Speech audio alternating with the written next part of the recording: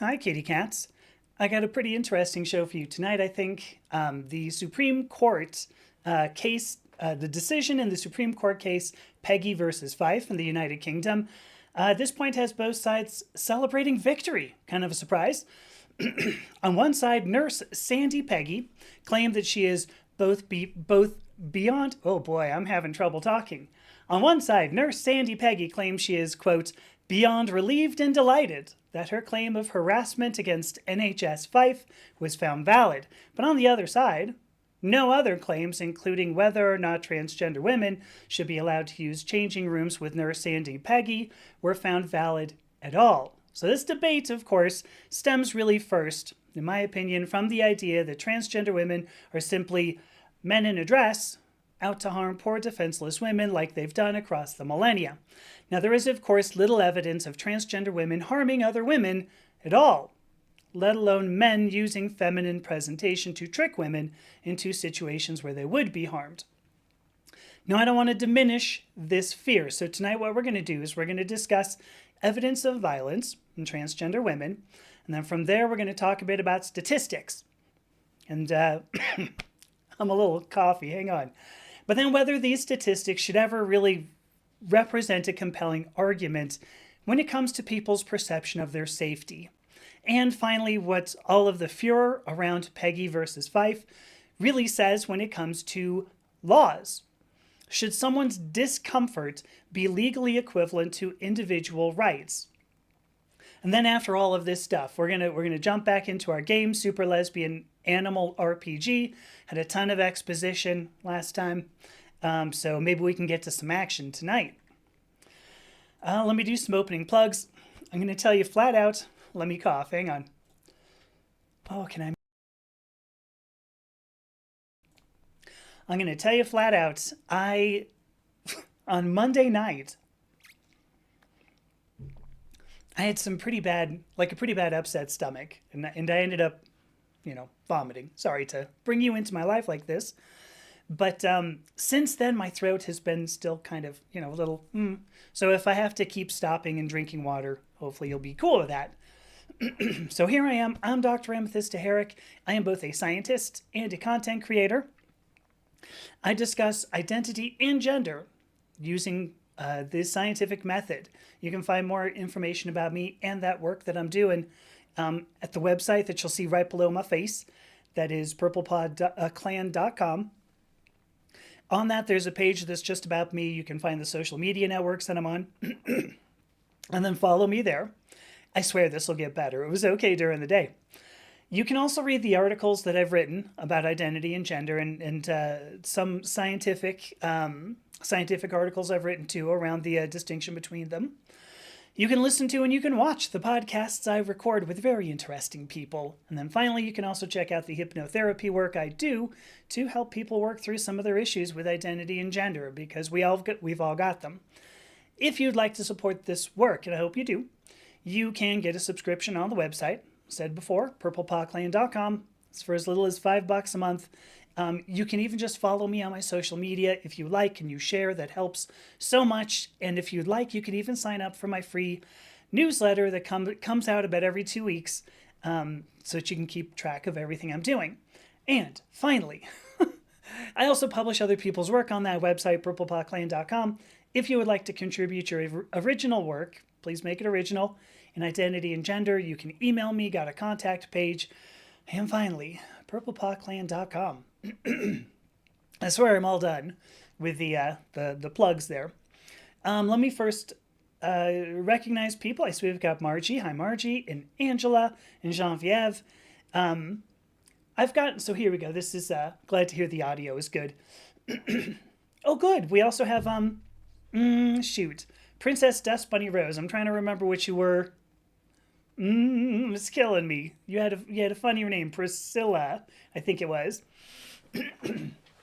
All right, so Margie says, this whole changing room exclusion argument is fundamentally an abuse of safe space rhetoric, causing actual harm in the name of preventing purely rhetorical harm. I have an interesting point, and I don't disagree. I have an interesting point that we'll get to. It's going to take a while, but I agree with you. And I think there's a long, I think there's a reason for it. How about if I say that? So stay tuned. Of course, Margie's the moderator too. So like if she didn't, I'd be like, oh, dang. So here we go. I want to connect actually serial killers and Sandy Peggie. They came out sort of wrong. Because I had two comments in the past 2 weeks on videos that I posted. The first comment comes from somebody whose comments are always put in the held category automatically. So they're automatically flagged for content by the streaming platform. Now I've gotten this same exact comment something like 5 or 6 times. Like it's an obvious copy paste of the same argument. The person probably wrote it once and has now put it out 200,000 different places because it has the same spelling and grammatical errors every time. But it claims I don't remember the exact number, 4 or 5, maybe 6 acts of violence, even including murder, actually, by transgender people that occurred over the past 25 years.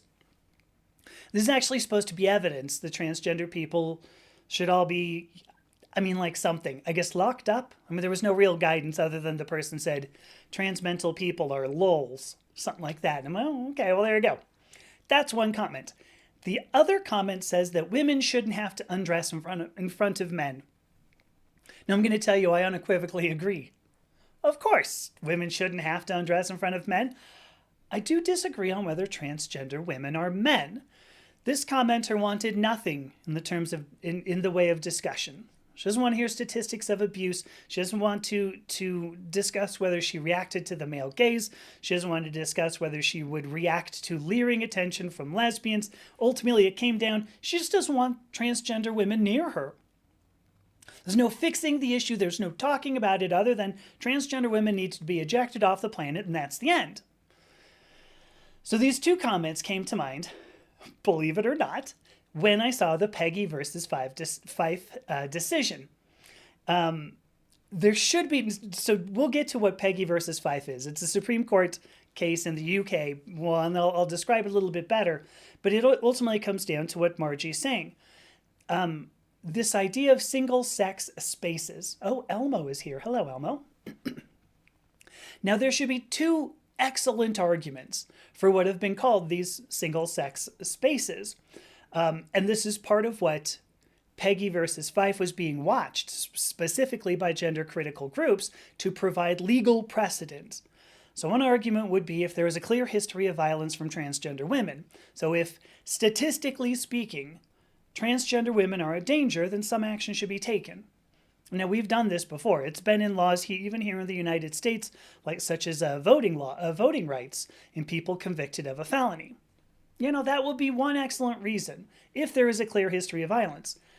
The other argument is about individual rights. Now, in the UK, this is actually the Equality Act of 2010, to be specific. Does the Equality Act uphold one person's discomfort versus another person's basic bodily needs, like to be able to change and, say, urinate, things like that? So tonight, here's what I've got. We're going to look at the history of violence in transgender women. Why not?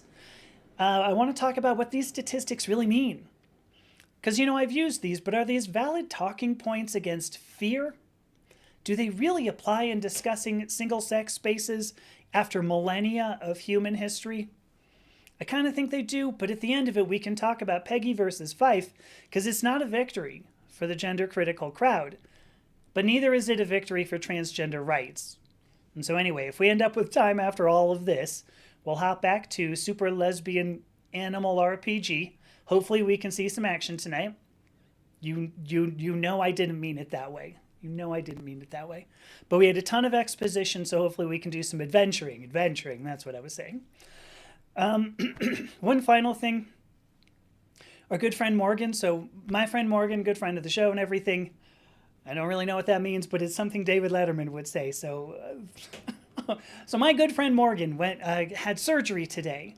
She, I believe, is still in surgery right this moment, so I'm wishing her the very best in her recovery. If you watch this, Morgan, best of luck from all of us. No doubt, you deserve the best. So, all right, let me see. Serial killers and Sandy Peggie. What? Margie says, yes, I did. It was, it might have just been funny. The bit about getting some action. All right, so let's talk about violence. I always try to make like funny titles for each of these sections. The title here was Violent Trans Femmes, which I thought was pretty funny. I don't know. I'm not going to quote Blister in the Sun or anything, but anyway, Violent Trans Femmes. One last thing before I say something else too, because Genevieve, I saw your comment. Reach out to me. I totally want to have another conversation because I never did see pictures of your tattoo either. Who knows? Maybe I'd see it live. Woo! So yeah, reach out to me. Sorry, I don't know why I'm looking there. Reach out to me. All right, Violent Trans Femmes. I want to start with the first comment I got about violence from transgender women, specifically transgender women. So I did a bunch of research. I actually spent a lot of time researching all of these notes today. There have been no serial killers ever believed to be transgender. None. Not a one. Not one who identified as transgender, not one who was diagnosed with chronic gender dysphoria by a psychologist from all of the evidence gathered in the whole serial killer process, okay? Not one. Now, I recognize 100% that I've just introduced a problem of induction. I think David Hume would have a field day, right? Karl Popper would come after me. Hi, Astro Ranger. Yes, this Nurse Peggie thing has reached the U.S. She is in Scotland, yes. It'll be an interesting tidbit here. Wait until you see all of this stuff. So we have a problem of induction. In order to prove there are no transgender serial killers, of course, we have to find all serial killers. Not all serial killers have been found. The problem of induction is not the point. I recognize that even though we have found no transgender serial killers, saying this does not mean none have existed. I recognize that saying this does not change the probability that any has existed or will exist. What it does say is that being transgender separately has never been correlated to being a serial killer. Now this comment, because this person brought it up, by the way, this comment brought up other violent offenders. I'm not going to go through all of them. The short story is, I did go through all of them, and none of them, all of the people had not been found, how do I want to say this? None of the people had been found to exhibit gender dysphoria or even identify as transgender. So this comment that like I said, I've gotten 5 or 6 times, right? It's filled more maybe, just filled with misinformation. So for that reason, every time I see it, I just report it as misinformation and move on. But there is a reason this person keeps sending me the same comment. And I think this reason comes down to statistics, first of all, and how the human mind works. Which leads me directly to this second comment that I got. But before I get there, let me check comments really fast. Let me check these. Let me see. There we go. See, so a good Violent Femmes reference there. Thank you, Margie. I knew I could count on you to bring out a Violent Femmes song. Here we go. Yeah, so Astro Ranger brings up. So here's a little spoiler. Yeah, the Supreme Court case, they found that NHS Fife only harassed Nurse Peggie, but all the claims against the doctor were chucked out. Yeah. So it's an employment tribunal. Wait, was this not a? Maybe I'm getting my terminology mixed up too. Oh, Miranda showed up. Hello. So maybe I'm getting my terminology mixed up, which will be which is a bummer. But let me keep going. All right, let me see statistics. Let's look at. Okay, thank you, Astro Ranger. So employment tribunal, so not the Supreme Court. I stand corrected. Thank you. Statistics of dangerous people. So just recently, in fact, literally yesterday, I finished reading a book about the psychology, human psychology that's involved in, we'll call them mystical experiences. The author goes through like magical ritual, religious experiences, even just like suggestibility around exceptional situations, things that you don't see every day. It's the exception. Psychologists, and there's a lot of research around this, psychologists observe one really major factor in humans that drives a lot of our behavior. Humans want to find a reason why. Oh, Astro Ranger, that's right. Midnight in the UK. They said they're going to come back to, or they'll watch tomorrow. Okay, bye. Get some sleep. So humans want to find a reason why. They give a name to this, and it's called patternicity. So we seek patterns in the human experience, whether or not they exist. We seek patterns, and from those patterns, we try to come up with a reason why the pattern exists, which tells us why whatever it is that happens keeps happening, which implies reproducibility, etc. This proclivity, let's say, I don't know who talks like this proclivity to patternicity, proclivity to patternicity is what drives the scientific method. If we see 2 events, 3 events, 4 events, we never observe a pattern, we have no way of understanding why something happens. Like, we can't even come up with a hypothesis, let alone test it. We probably would not even correlate the events. And patternicity drives a lot of opinions. So an interesting tidbit, if you get somebody religious, so this was a psychology experiment, for lack of a better word. If you take a group of people and you put them in a room, so like it doesn't make a difference, a bunch of chairs, if you point out to somebody who's going in, oh God, by the way, that person's religious, it doesn't matter what religion it is, a religious person will actually want to sit closer to that person. It's a pattern. Religious people sit closer to other people identified as religious. Members of a political party want to stick together. So this, proclivity to patternicity. This proclivity to patternicity is also how we end up resolving cognitive dissonance. So cognitive dissonance, right? If we go, oh, I believe this, but then I observe something else, we go, ooh, how do we resolve this? You can, and I think an excellent example is you can look at what the MAGA people are doing now. There is so much evidence of things just going, off the rails, even if you just look at the Epstein files thing. But they will not break ranks because of patternicity. In humans, if a pattern gets broken, we get frightened. We go, oh shit, what is going on? If you have this pattern of going, well, MAGA's right about everything, then the Epstein files must not exist. This is how we maintain the patterns. So patternicity. There's got to be a reason why I'm talking about this, right? Other than I find it interesting. My point is that if you look at FBI records, so crime records, so these are only US statistics. Fortunately or unfortunately, I'm a little unsure how I want to put this. FBI records indicate greater than 90%. It was actually a little higher, but I don't remember it depends on the year. On the order of 90% of murder and non-negligent manslaughter is committed by men. Greater than 90%. Greater than 95%, and it was significantly more. I went with 95 because it would cover every year. Greater than 95% of forcible rape is committed by men.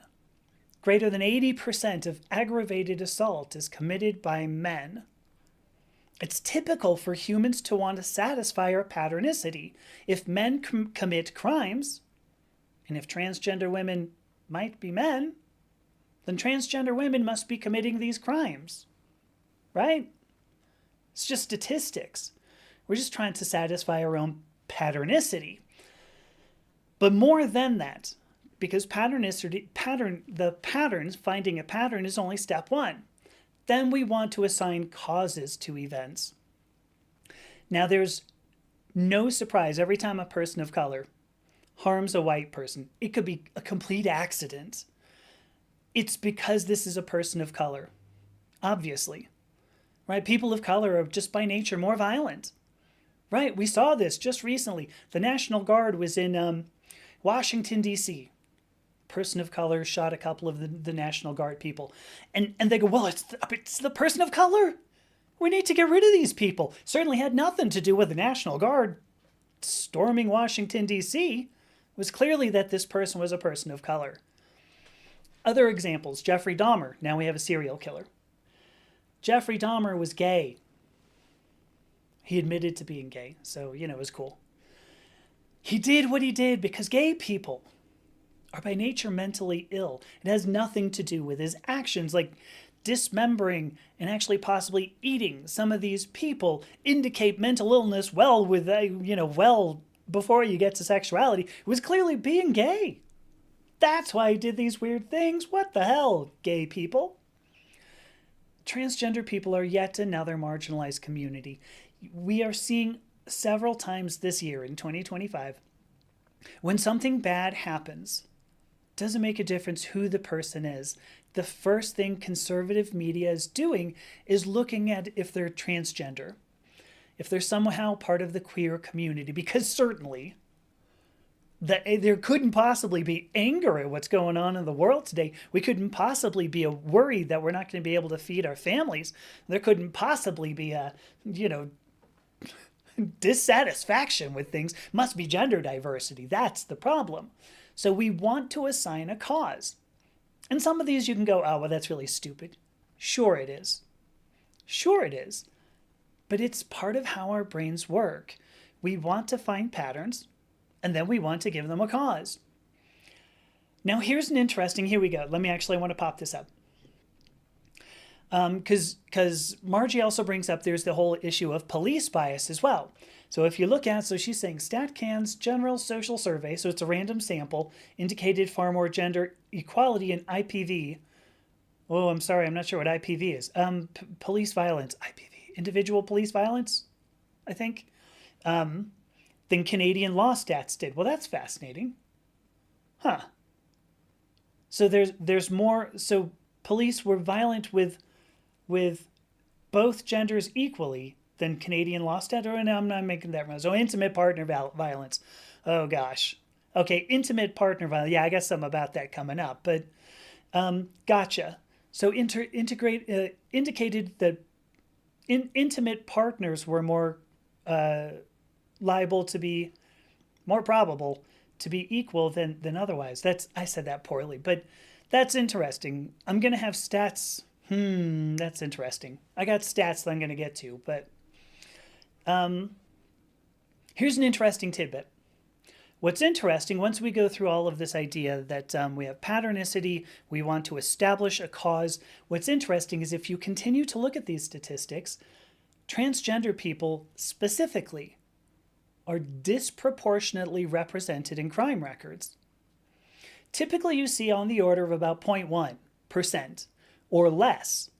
So at most 0.1% of crime records. Now given an incidence of 1%, to 2% of the global population, right? We're, hard to get these stats. But given that incidence, that means that transgender people are 1/20th to 1/10, well, I guess the other way around. 1/10 to 1/20th is probable to commit crimes as cisgender people. Fewer transgender people commit crimes than cisgender people. Statistically speaking, 8 out of 10 sexual assaults are committed. So here we go, Margie, to your point. 8 out of 10 sexual assaults are committed by someone the victim knows. 8 out of 10.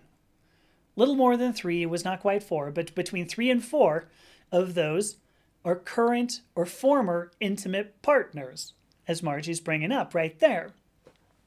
Sexual assault, when it comes down to it, typically happens in what would be considered a safe place. It's not in a dressing room. It's not in a public toilet. It's in the workplace. It's in a religious setting like a church or a temple, or it's in the home, statistically speaking. So Margie, hopefully we got to the same point. So yes, there were essentially as many women committing intimate partner violence as men. And I think we've seen something similar. I mean, that's part of what I was seeing there. So I want to, let's ask the question, do statistics change this fear? Because I've used statistics quite a bit. Well, I'm a scientist, this is what I know what to do. If I spout all of these statistics, does it change any minds? Ooh, Penelope is here. Hi, Penelope. My empirical evidence kind of indicates it doesn't. Anytime I use statistics, if I go, well, statistically speaking, I get shut down. Somebody just goes, no, yeah, it doesn't matter. No. Has nothing to do with it. And this is what brings me to this second comment. Hi, Minnie. Hi, Matt. Thank you, Matt, for the gift. Thank you. The second comment, no matter what I brought up, it was not a valid argument. She said, listen, you just need to get out of our dressing rooms and continue to misgender me. So you need to get out of our dressing rooms. Now, I have claimed, Minnie, I'm doing okay. If we're talking about crime statistics, I don't know how good you can be doing there, but so I've claimed that this fear is mostly of the male gaze. If you look at history, of course, men, you don't have to look very far today. You don't even have to look that far back into history. When, yes, Minnie, we are going crime. Oh, hang on, I got to pop this up. Are we going criming? Yes, what we're going to do, we're going to be gay and do crimes. I didn't think I'd be able to use that today. Woo! All right, second argument. So I have, if you're afraid of transgender women in a dressing room, I believe this comes from history. Oftentimes, women are victimized by men. And I think that this fear stems immediately from fear of somebody wanting to leer at women. And I think that's a valid concern, even for me, especially for me. Actually, I'm 55. When I was a kid and I would dress up, I had men leering at me. Recently, I've had men leering at me, and it makes me uncomfortable. I think it makes sense to address this discomfort. I don't want to diminish it. You shouldn't diminish it. There's a reason why we have this discomfort, why historically, why as a culture we have this discomfort. And it's because men victimize women. So I don't disagree with this. So I brought up the point about victimization, and she said, no. This commenter said, no, has nothing to do. No, not at all. That's not true. Here we go. I like to leer at Minnie. Don't we all? Right? So I said, is it the male gaze? She goes, no. It's just men shouldn't be here. Okay. So I said, well, what could it be? So I said, well, because statistically speaking, here we are, statistics, around 10% of the women in changing rooms should be lesbians. This is literally just statistics. That's a much higher probability of meeting a lesbian than a transgender woman in a changing room. And lesbians, typically, should be interested in looking at women. Maybe even looking at women change. This is part of the definition of a lesbian. Presumably you knew this. But lesbians were fine. The comments, no, they're fine. They can leer at me all they want. They're fine with that. It's fine. It's not lesbians. So then I'm thinking about statistically, what's transgender women? So we have to go with transgender women who might be dangerous. It's almost negligible in changing rooms. So I'm gonna go with this. I'm not gonna do all the calculation here. Transgender women, let's say it's half a percent of the population, right? So half of a 1%. Transgender men, transgender women, half of a percent. Wait, hang on. So Margie says any one person's experience. So do you mean just subjective? So any one person's experience is subjective. But I was going to say, because for what it's worth, so Margie says she's experienced intimate and sexual violence from men and women, but far more from men. I haven't from women at all. So I don't know.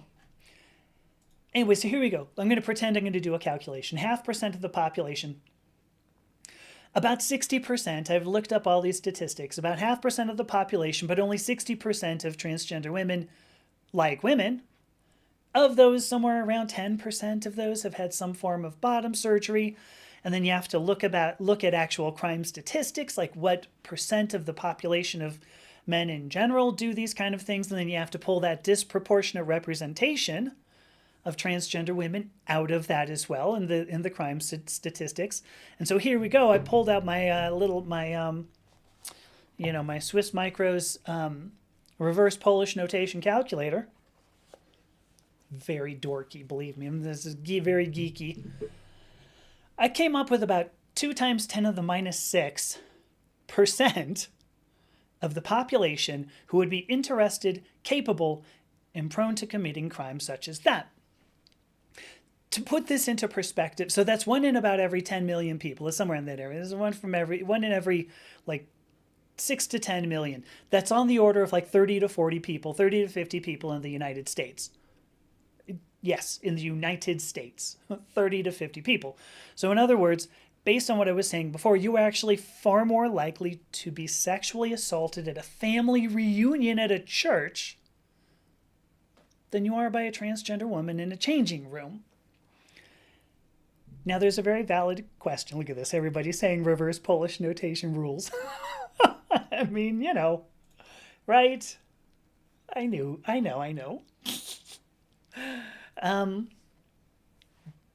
There's a very valid question that's been brought up.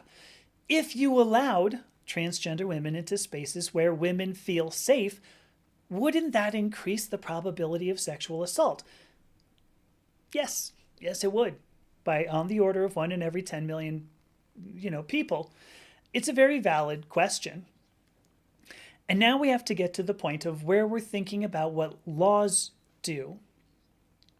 For the most part, the laws that govern countries are based on human characteristics and not specifically statistics. I swear we're so close to getting to Peggie versus Fife. We're really close. But it's been 30 minutes, so let me do my little whatever the thing. Here we go. So Lacey here says, nonsense. Shakopee prison. 8 men in the female prison and most convicted of SA and rape. Well, so I did mention there were somewhere on the order of 30 to 40 in the United States. That is not nonsense. And here's the thing. You have called them 8 men in the female prison. Did they identify as transgender? Did they identify? Hang on. Well, actually, Lacey. Agreed. No means no. I'm not saying that transgender women should be immune to somebody saying no, that they should be allowed to rape. Not saying this at all. However, I will not agree necessarily that transgender women are specifically more violent. Because I want to ask you this. How many people are in the male ward of the block there? How many of those were convicted of sexual assault and rape? If you were not listening to what I was saying earlier, transgender women are disproportionately represented. Anyway, going back to this. Look it up. It's not hard to do the research. Do you know that's what I did today? Lacey, what do you know? Isn't that great? See, here we go. See, it's not going to make a difference how many statistics I throw at this person. It's not going to make a difference. Because in the end, this person just wants to say transgender women are wrong. There you go. Here we go, actually. And Matt brings up, thank you, Matt. Lacey's full of shit. And Lacey, I don't know if you're on different platforms. There are 3 transgender women in Shakopee, and none are there for sex crimes. Well, there you go. Apparently Matt looked it up. Sorry, Lacey. Thank you, though. Appreciated your... All right, here we go. Laws. And when we look at Peggie versus Fife, I was just saying statistics ultimately don't govern. Statistics don't govern people. Laws do. And so we can come up with numbers all day long. What numbers are out there? It does make a difference, because this is the reason why statistics don't work, because probability is different from legality. Oh, shoot, I didn't do my station identification. I'm Dr. Amethysta Herrick. I talk about identity and gender. Tonight we're talking about Peggie versus Fife and how all of the brouhaha what was the word Trump used? Kerfuffle? Oh, the kerfuffle around transgender women is absolutely not due to transgender women. So here we go. Oh boy. All right. Well, Lacey's all good. Um, Mindy was wondering who I was. Oh, Lacey's gone. Okay, sorry. All right, here we go. Probability is different from legality. Laws are written to govern they're written to govern based on human characteristics, not human behavior. This is an important point. Ultimately, laws are intended to limit behavior due to human characteristics. And this is kind of philosophical. This is what individual rights are. These are conditions of the human experience that necessarily limit other people's behavior against you. Let me make this more clear, because I recognize sometimes my philosophy gets a little bit philosophical.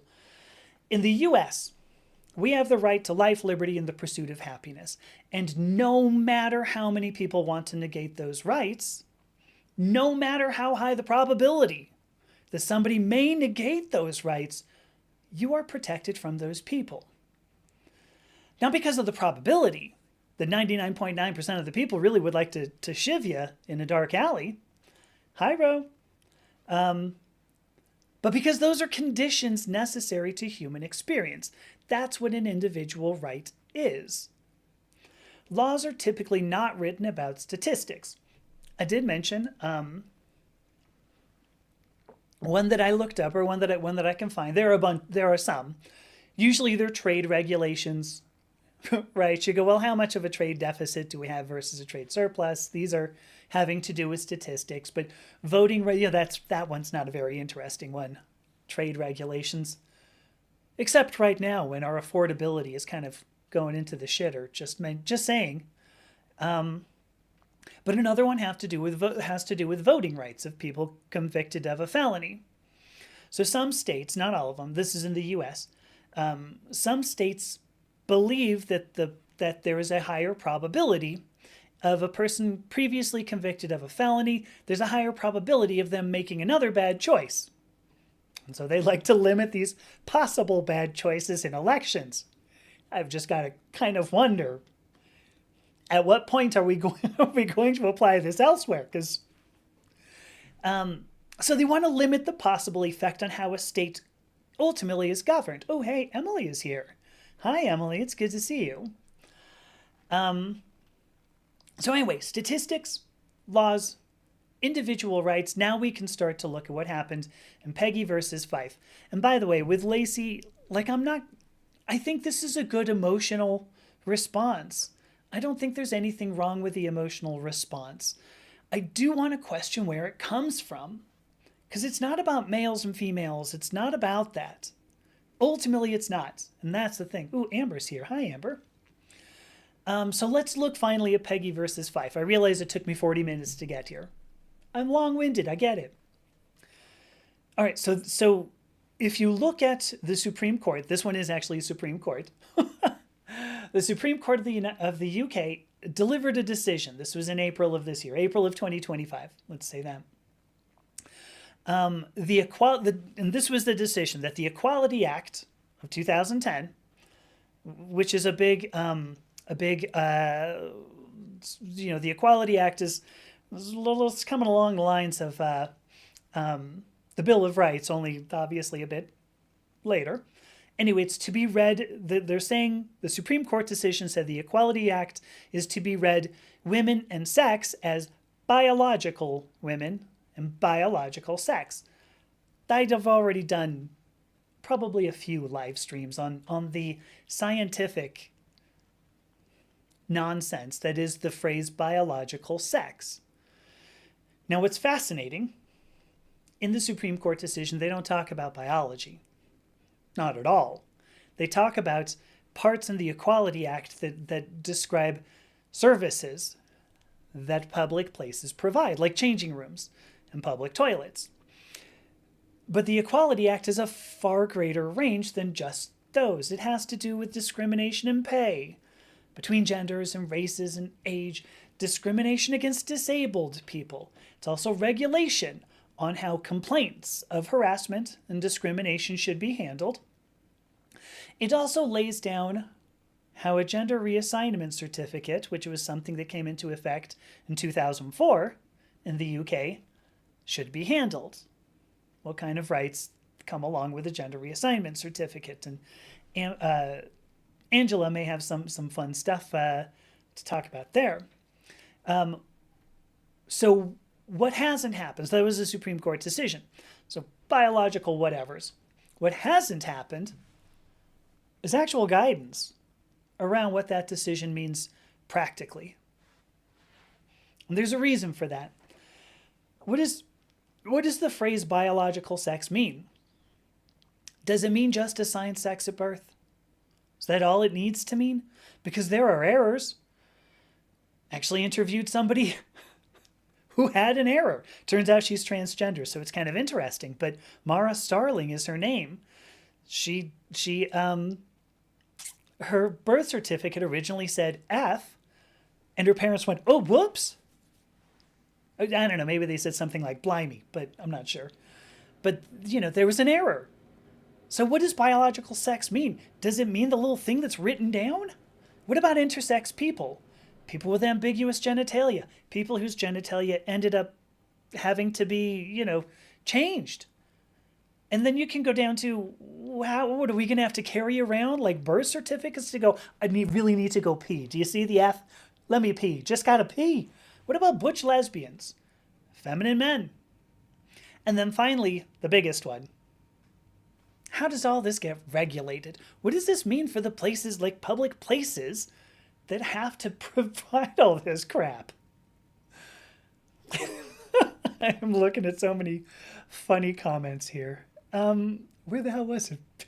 I want pizza, not noodle. There's so much around this. Oh my gosh, so Bo's here. So Bo's, by the way, hi Bo. So Steven Spielberg wrote a book about an innocent 13-year-old boy that the state of South Carolina executed. I don't actually know that one. You send that to me if you can, will you? Capital punishment, by the way, is... I'm not sure I want to get into that here, but... So what happened with Nurse Sandy Peggie? Here's the actual case. Nurse Sandy Peggie she's a nurse. There you go. She works at a National Health Services facility called NHS Fife. So it's an NHS facility. Nurse Sandy Peggie made a complaint that said she was uncomfortable around a transgender woman. The transgender woman in question is, oh, thank you, Matt, George Stinney. He was 14. I'll have to look that up. So the transgender woman in question was Dr. Beth Upton. Okay, I want to repeat that. Dr. Beth Upton. This was not like some shady character from Leeds, okay? This was a doctor in an NHS facility. I'm kidding. If you're in Leeds, go you. It was a joke. Just a joke. Anyway,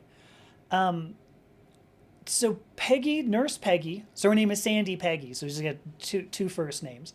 Peggie said she was uncomfortable sharing a changing room with Dr. Upton. So she filed a complaint with NHS Fife, and the complaint was about Dr. Upton and how Nurse Peggie shouldn't have to change in front of her. So this case was being watched very closely because if there was a huge if it was a huge decision, it could be used as precedent for how public facilities should handle transgender women. And this is great because it was it's like a state-run facility. It's National Health Services, right?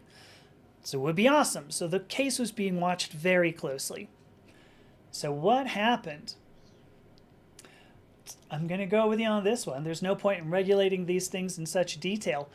The worst thing is that it's just impossible. There are so many questions around how you do this. So what happened? The decision came out, I believe, yesterday. Peggie's claim, so Nurse Peggie claimed that she was harassed and discriminated against by NHS Fife. And the Employment Tribunal, sorry, I said Supreme Court earlier, but I take it back. The claim that she was harassed and discriminated against by NHS Fife was valid. Stand by. What they were saying is that NHS Fife should have taken action to address Nurse Peggie's complaint. Now, this is true of any complaint. This is handled directly by the Equality Act to say that when there are complaints, people need the employer needs to take action. So it's true of any complaint. This is not just complaints about transgender women. NHS Fife should have taken some action like changing things, schedules, given Nurse Peggie a different room, whatever, so that the reason for the complaint could be investigated while work could continue.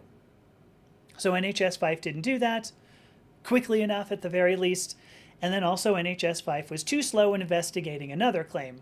Now this one's a bit more interesting. It was a counterclaim by Dr. Upton about Peggie's possible negligence with a patient due to this discomfort that Peggie had with Upton. Anyway, so ultimately what happened here is that those were the only things that were valid, that were called valid. Peggie's claim was not immediately addressed. That's what was valid. That from an employment standpoint, NHS Fife did a bad job. There's nothing surprising here according to the Equality Act, and specifically nothing to do with biological women. Oops, Grief Foundation. Did I miss a Grief Foundation comment? I must have missed a Grief Foundation comment. How did I miss that? Can you tell me what it said? I don't see it. Somehow I missed it. All right, well, I can't find it, so Grief Foundation, I guess I'd be interested in knowing what you said, but every other claim here, every other claim the Nurse Peggie filed was dismissed. The tribunal didn't even bother. Oh, I see. That Dr. Upton was not transitioning. Okay. I don't know. She at least uses Beth, so here we go. Everything else got dismissed. So the claim, Nurse Peggie's claim, that her belief that she shouldn't have to change with Upton in the same room, as strong as it was dismissed. The tribunal didn't address it. The claim that her possible negligence as a patient, to escape being near Upton was justifiable by this belief, once again, strong as it was dismissed. The tribunal didn't bother even looking at it. In other words, the tribunal upheld the parts of the Equality Act that have been in place for 15 years, but absolutely did not address whether transgender women should be in changing rooms. I think there's a very good reason for it, and I realize it's taken me a while to get here, but here we go. Is fear legally equivalent to individual rights? Because this decision by the tribunal seems a bit at odds with this April 2025 decision. If changing rooms are only for biological women, then Dr. Upton shouldn't have been there for Peggie to feel harassed. You know, there's no guidance. This is why this has been watched so closely, but there's no guidance at this point on how that should be applied. Maybe you recognize this. Just because the Supreme Court makes a decision doesn't mean that there is a law following said decision. It means it establishes precedent for future laws or challenges to the laws. These claims ultimately ended up being about Nurse Peggie's discomfort, her belief that she shouldn't have to share a room with Upton, and all of those were dismissed. The decision that was handed down, and believe me, I didn't read, it was like a 300-page decision. I read the whole thing. The decision states, and get ready for a little mind-bending, like this is so like legalese. The decision states that it is not inherently unlawful, okay? Not inherently unlawful for a transgender woman to use a service aligning with her gender. In fact, and I quote, circumstances depending, may be transgender, end quote, Maybe transgender women should have permission. What are those circumstances? What does it depend on? Not an answer. It also states, because again, we're talking about the Equality Act, that the protected characteristic, because a gender reassignment certificate is indeed a protected characteristic, a gender reassignment certificate doesn't necessarily grant that permission, which again should come from depending on certificate, nor that the permission granted should necessarily be lawful. I'm not even going to read that again. It is so just... Maybe transgender women should be in there. Depends on the circumstance. If they are in there, it certainly isn't because of a gender reassignment certificate. And if they are in there because they got permission, it's not because of the certificate. And if they are in there because they got permission, maybe it should be lawful, but we're not going to say that it is. Holy cats. What we see is a case about discomfort. And I'm actually going to pop this thing up. Comfort is not a right. Well, safety is. The people making, so now Margie's talking about herself, people making baseless accusations against her, change their complaints when they point that out. Yeah, critical reasoning is definitely mandatory for justice. Going with you on that. Tribunal, so Grief Foundation says tribunal isn't a venue for Equality Act claims, that's civil court. Okay. They're making decisions based on how the Equality Act was written. That's part of the whole thing. So anyway, to get down to this, what we see is a case about discomfort. Does one person's discomfort override another person's right? The Equality Act sets out rights. Is discomfort, somebody's discomfort, a subjective sort of thing, the basis for law? Now I'm going to jump to something else entirely, because this is the point of my whole, why it took me 52 minutes to get to. This is a very similar spot to where the Supreme Court of the United States got this summer, I believe it was July, with U.S. versus Scrametti. I did a whole live stream where I said that the conservative rhetoric, so it says that if gender is identical to sex, according to U.S. law, then it must be a protected class. And actually, this year, what went into effect was a change to the Constitution in New York State that does make it a protected class. So if gender is identical to sex, then it must be a protected class. But here's the thing. If it's a protected class, then laws can't be made against transgender people, because gender would be a protected class, in which case being transgender should be protected. And I think this is a reason. This is the reason whether or not... oh, and this is a good point, too. So Angela says nobody's even allowed to see your GRC. So if you have a certificate, nobody's allowed to say, can you just give me a... make sure that I have this so that I can, see your... whether or not you can come in and be. So I think it's a very similar spot to where the Supreme Court of the U.S. Got this summer. I think there's a reason why we're not going to see really good decisions or really definitive decisions, because the decision, I'm forgetting the guy's name, Hodge, I think was his name, said that this is not, I believe he called it legally determinative regarding transgender women.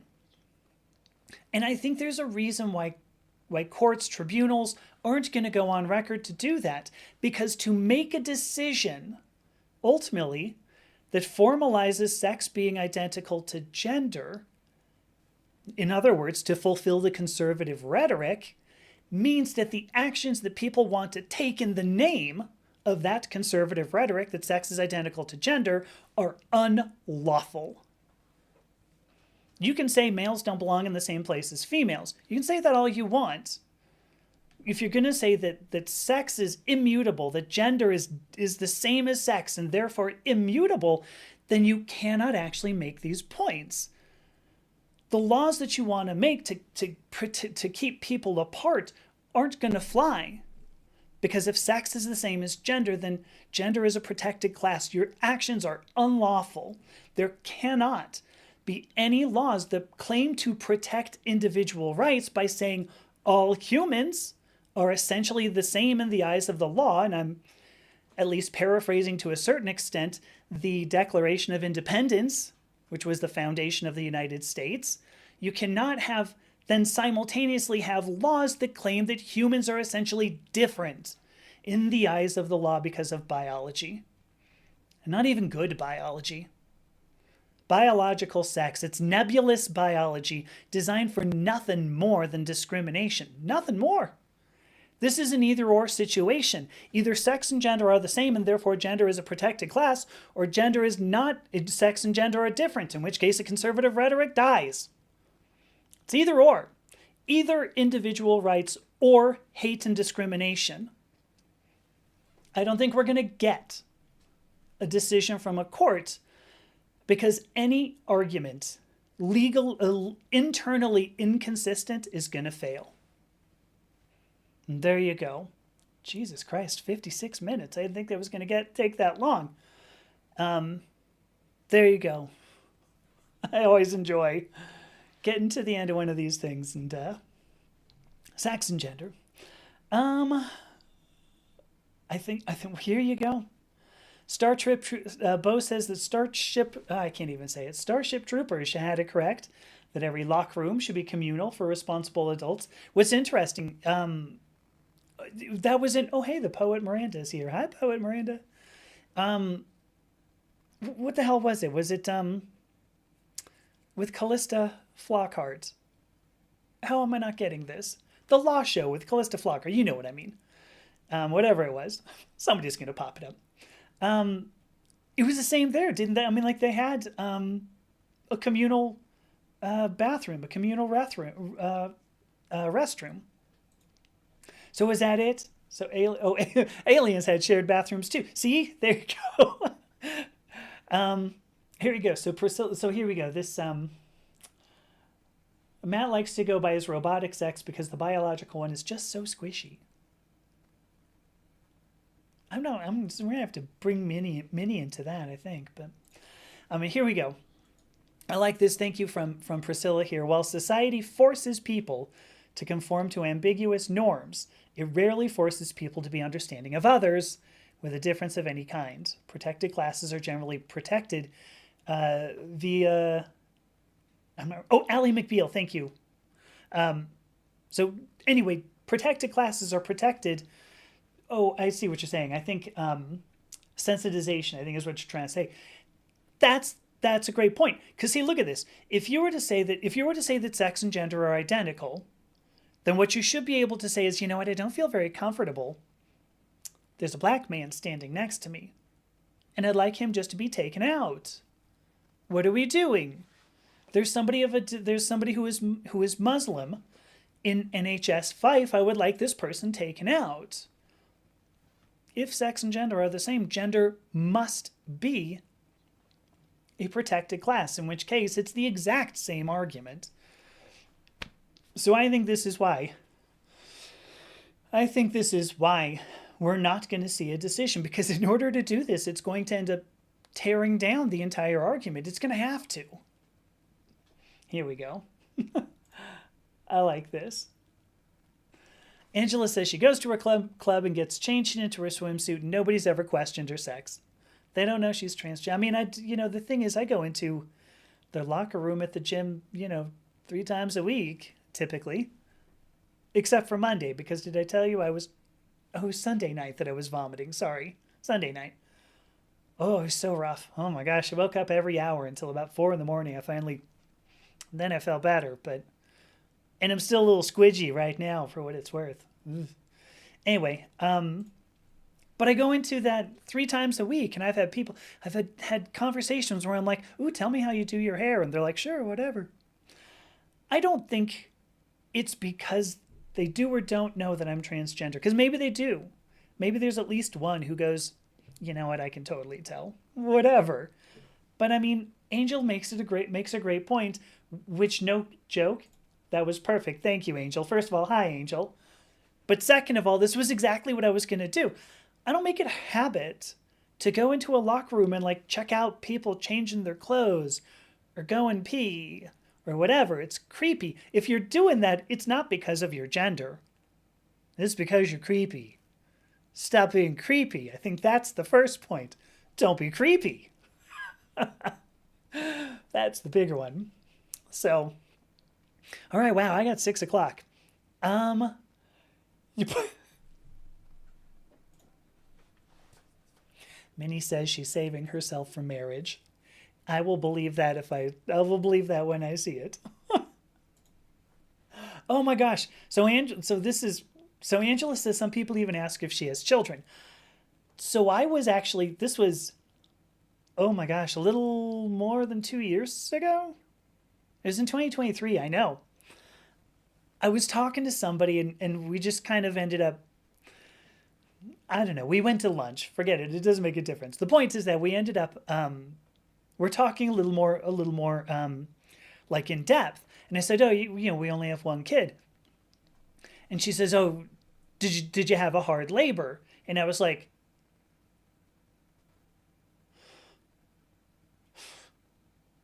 what? My partner actually was the one who gave birth. So yeah, we were kind of old. I had no idea what to ask her. And so I guess, or what to say to her. But the point is that, yeah, I hate it when somebody goes, oh, we can always tell. Always tell.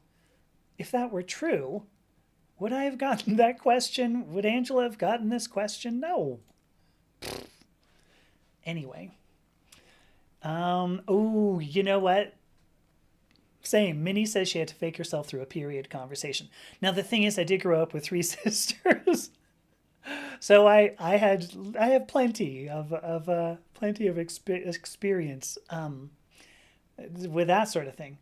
What do I got? What was the other one? Rose says, here we go. Yes, yes, yes. So totally true. So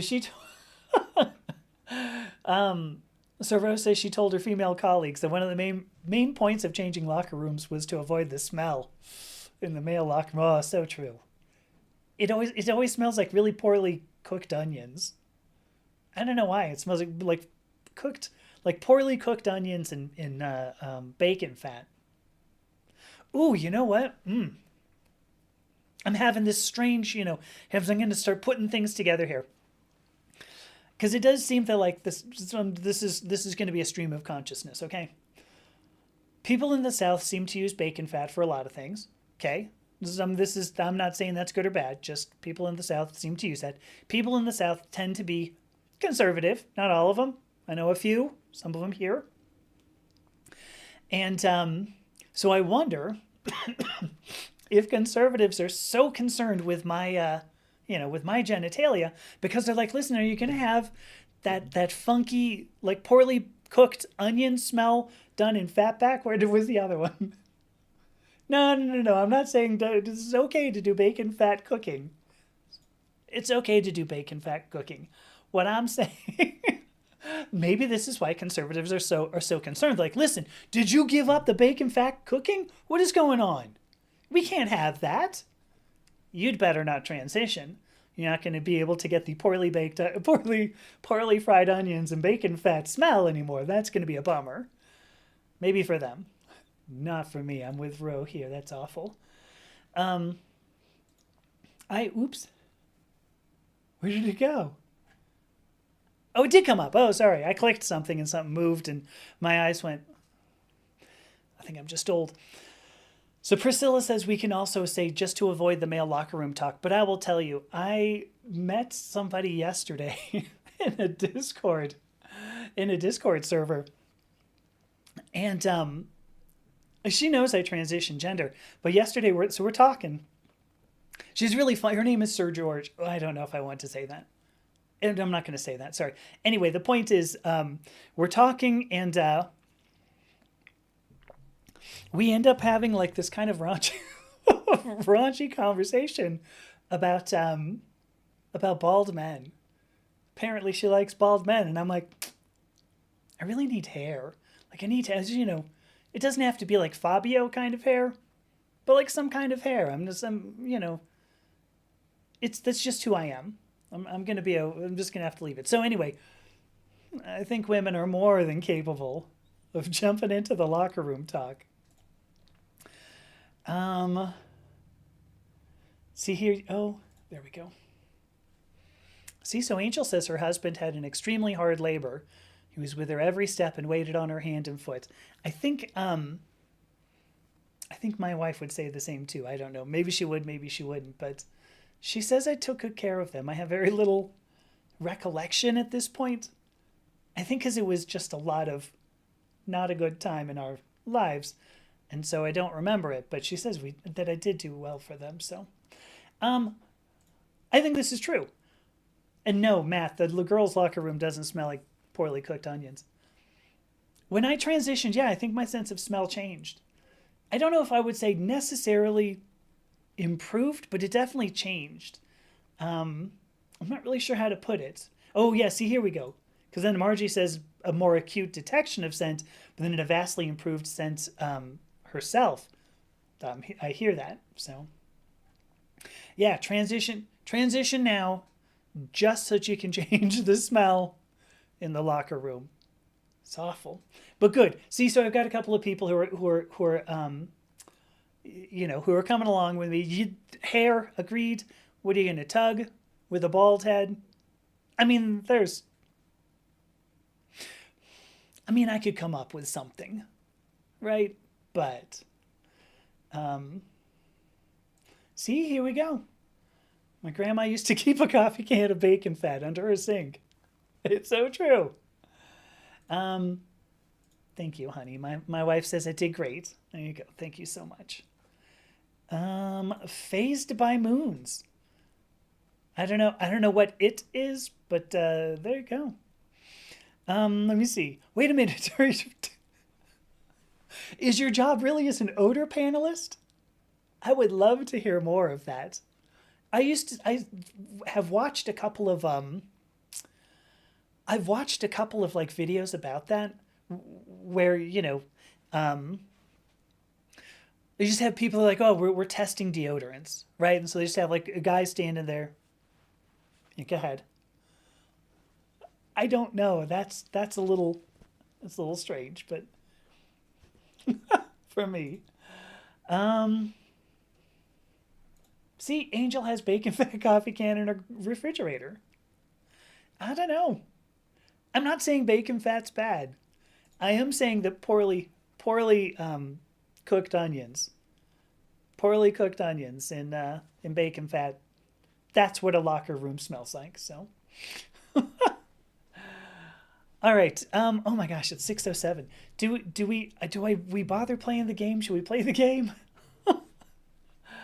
I mean, now that I'm at the now that I'm at the point that I just had this big, extremely. I mean, that was common. That was like some difficult research. I'm not kidding. I spent about 3 hours on those notes, which is not my way of saying, see, look at how hard this is, because otherwise I wouldn't do it. Like I just stop. But it was quite the bit of research. So all right, what the see here we go. Why are people afraid of being attracted to transgender women or transgender people when our people wouldn't want to date them? Because like most people have relationship expectations like love and respect. Aw. Hey, wait a minute. You think the men's locker room smells like bad Parmesan cheese? Yeah, I'm gonna go with that. Actually, bad Parmesan cheese just as much, just as much. All right. Either way, I'm gonna take a break. I'm gonna go ahead and I'm gonna take a break. I think that was about it. I'll be back in 5 minutes because if nothing else, I gotta like cough and drink some water or something. So I'll be right back. 5 minutes.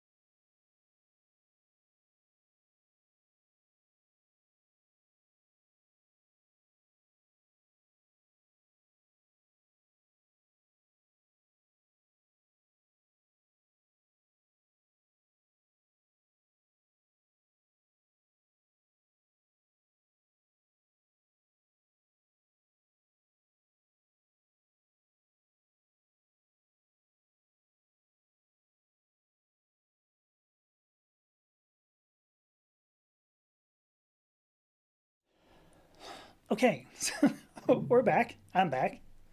You're here too, I suppose. So we're all back. I did see. I thought I coughed enough. So I thought, or I saw that that Lacey came back. And Lacey, if you're here, I don't know if you still are, but if you are, I want to address that you came back. I think it's important that we have these emotional responses, and I think what you've got, Lacey, is an emotional response. The only thing that I recommend we do, because I totally believe that these are valid responses.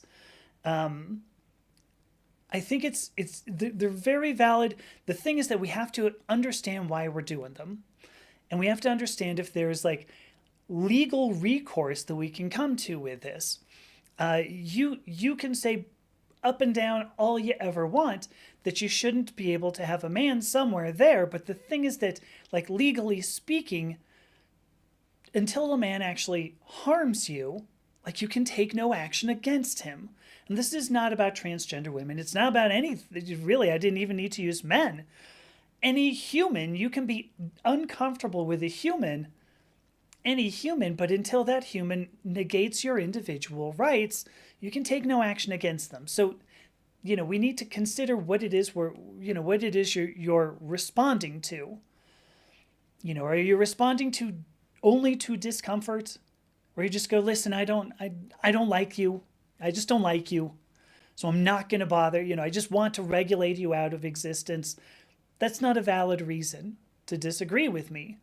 A valid reason to disagree with me, as I said at the very beginning, is if statistically speaking, you can show that somebody has a bad effect on somebody. And we do this, like I said, with trade regulations, amongst other things, including voting rights. Or if there is an encroachment upon individual rights. And changing your clothes in private is actually not an individual right. Or changing your clothes without the ability of somebody else to see you is not. Oh gosh, I've had that little Parmesan cheese up there the whole time. I didn't see. So it's a valid emotional response, and I'm glad that you have these emotional responses because they actually make us talk more. They force us to talk more. I would love it if Lacey, if you're out there, if you reached out to me. There's a website right there. There's a contact page. I'd love actually to talk to you. Do I seem like the kind of person who wants to abuse women? Here's a quick answer. No, because I'm not. Now, does that mean that every transgender woman would not be? Certainly not. But it's the same with any human. There are women who commit these crimes as well.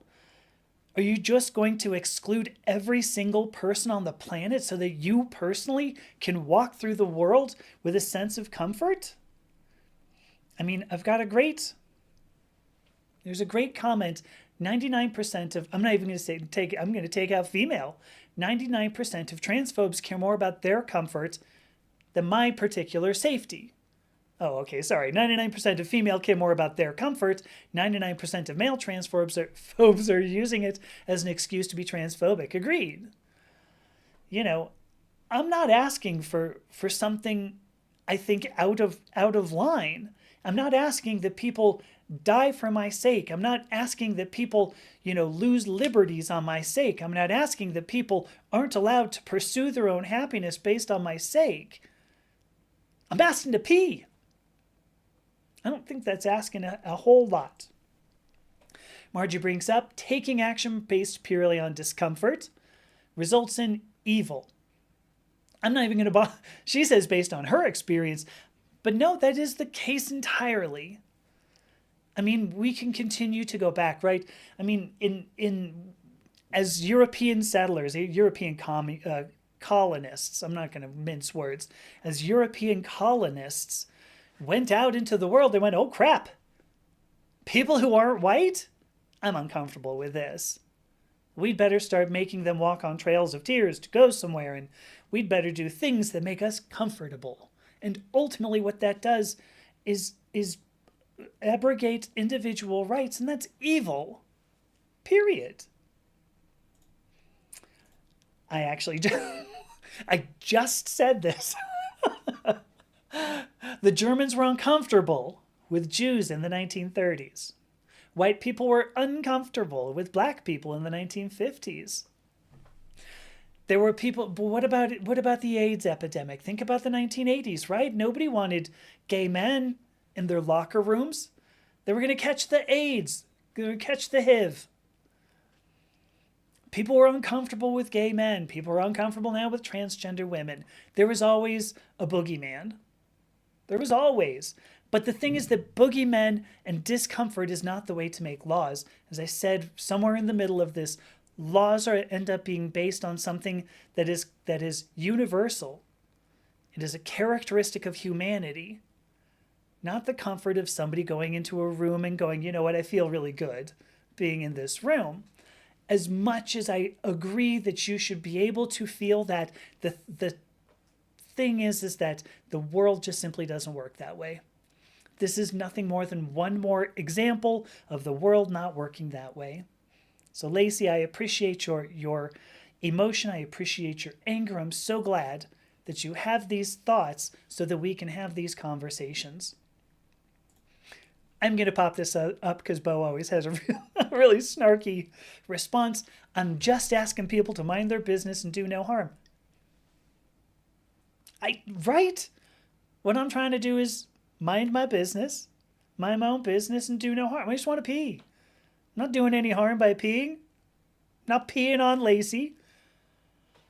To my knowledge, Lacey, if I did, I apologize. You know, I'm still getting used to what's down there. You know, I've still got to sit in order to make sure everything goes in the right place. But anyway, Lacey, thank you. I don't know if you heard any of that. If you did, truly, I would appreciate it if you reached out to me, because seriously, these are the kinds of things that I talk about. You know, I would love to talk to you over video chat or something, not in person. I won't kid you. I might be a little afraid of you, that you might come after me.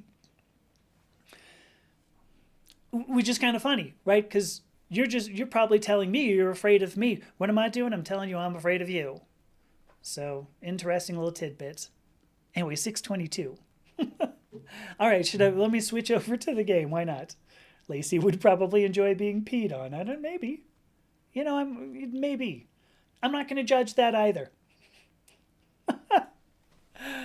All right, let's go over to the game. I hope this isn't too loud. Let me see what happens. Do we go there? No. Oh, here we go. Okay. I always act like it's such a surprise. Holy cats, look, the game's up. I'm not very good at this, folks. I think that's what I want to say.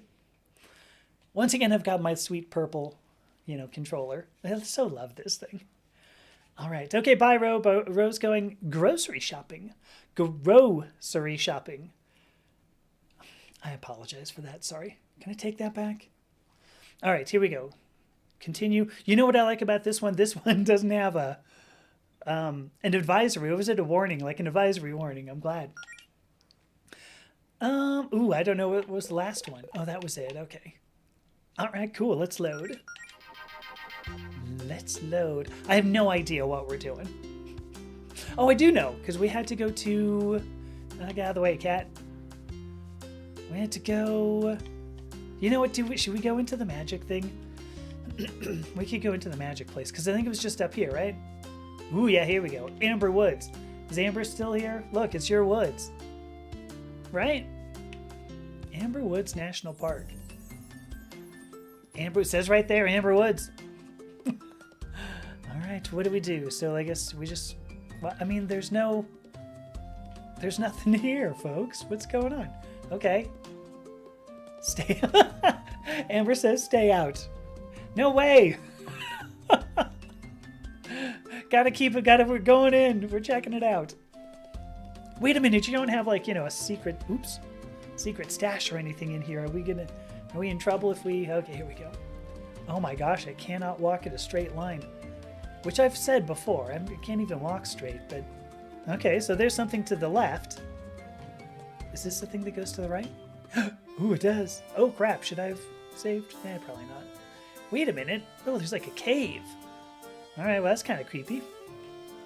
Let's see what else is out there. So Bo brings up the point. After all the advancements in technology... I'll pop it up, sorry.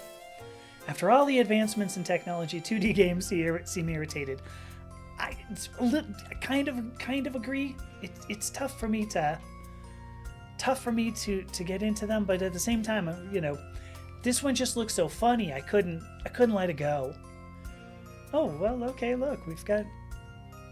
This looks really super similar to the dungeon we were in. What? Oh, well, there's a... Okay, well, here's a monster. Let's do the monster. What are these? Frog balls.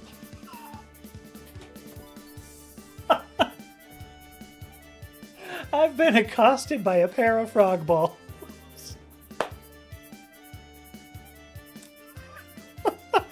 All right, sure. Pair of frog balls. Oh my gosh. All right, well, let's kiss Allison because that's always cool. Sure. She attacks.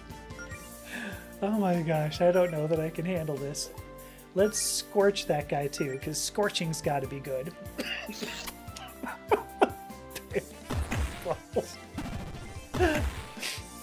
Marge's... Oh my gosh, I got slapped hard by that. Wow, that's a bummer. Whoa, what in the hell? What do you do? Oh, whoa, he's got to resist. Oh my gosh. Wait, what is going on? Oh, okay. Oh, he's burning. Oh, that's good. All right, what do we got? All right, I just have to pop this up. Margie says, MILF. Man, I love frog balls. Oh, gosh. All right, should we go? What should we do? So, I don't know. What skills do we... Oh, gosh, come on. What skills does Melody have? Ooh, Gust. I forgot about that one. Deals additional damage. Oh, yeah, let's do it on that. She can attack that guy. Let's do Scorch on that guy. What happens? Zap! Pow! I don't know who that was. What? Oh!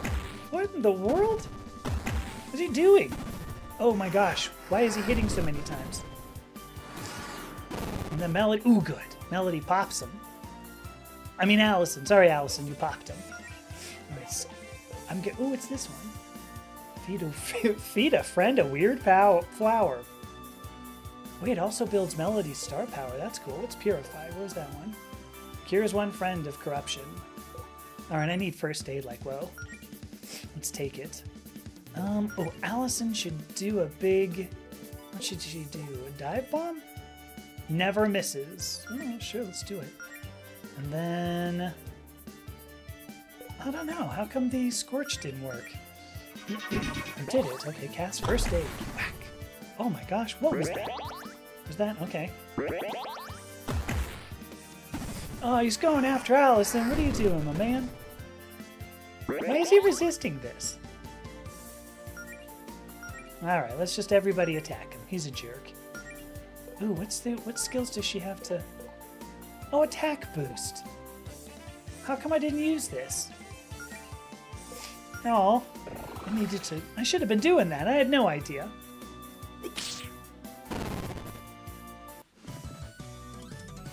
Don't let any of our politicians see those frog balls. They might gargle them. You know, just like how they do with corporations. I think that's totally what's going to happen. Oh my gosh, frog balls. Hey, we did it. That we did. Cool. Oh, Allison leveled up. Oh, that's good. That's always worth it. Oh, hey, treasury. Right, the bestiary frog ball. Yeah, like you do.